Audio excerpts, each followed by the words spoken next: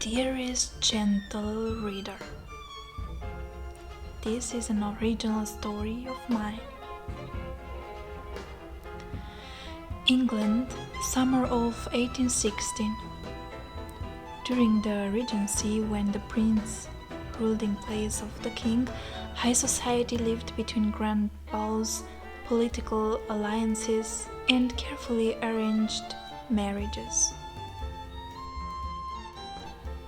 She was the only daughter of a count closely connected to the court.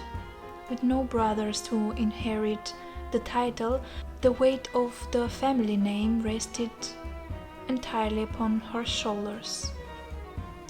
She was raised for perfection, to walk with grace, to speak flawless French, to play the piano as if every note defined her worth, to be cultured, composed, impeccable.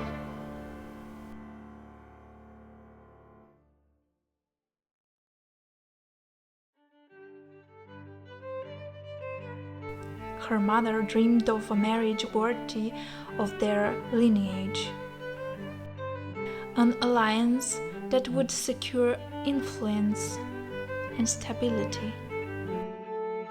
But her heart beat in a different rhythm. She loved the quiet of early mornings, the warmth of sunlight across open fields, the secret comfort of romantic novels read by an open window. And above all, she loved riding freely beside her horse, a gift from her 12th birthday, the only companion who truly knew her spirit. While other young ladies spoke of Parisian gowns and the most eligible bachelors, she found beauty in simplicity, in light, in stillness. Every August before autumn cooled the season and silenced social gatherings, the palace opened its doors for the Grand Ball, an event reserved for the highest ranks of society. There, destinies were not only danced, they were decided. That year it was her turn.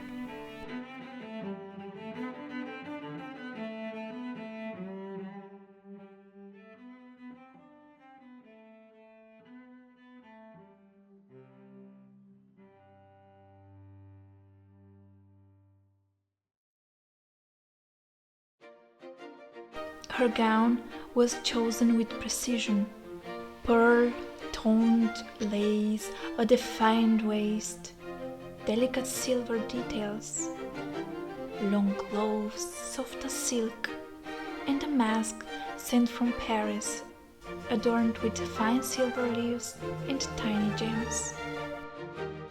Everything was ready, except her heart.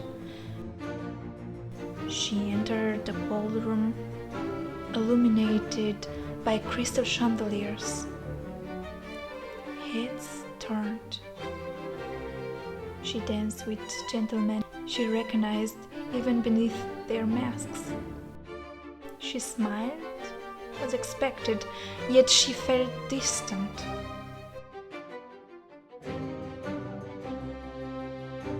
Until she saw him, a man whose presence felt different.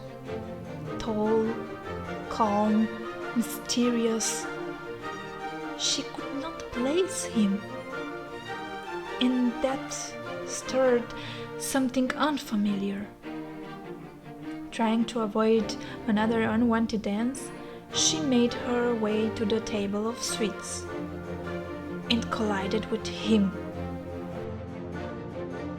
Her plate fell to the polished floor. "I did not come for the sweets," he said gently. "I came to ask you to dance."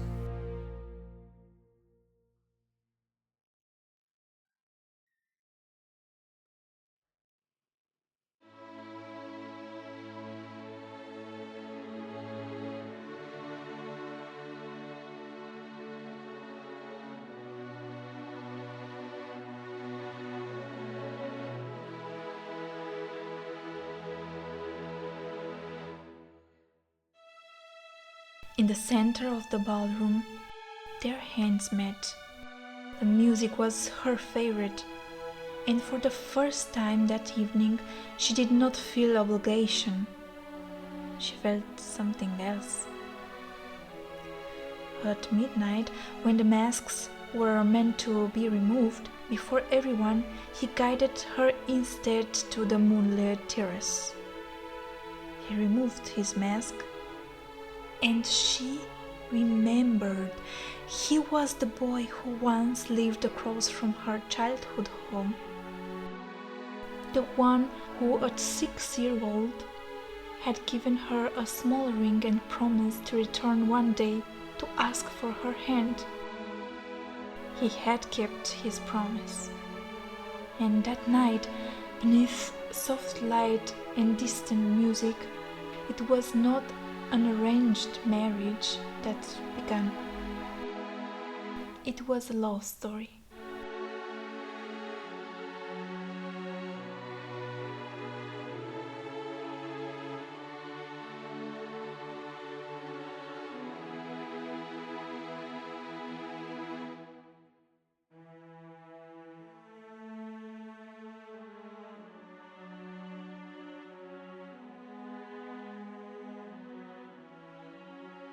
This is my version, a story about duty and freedom, about masks, and about remembering who we truly are.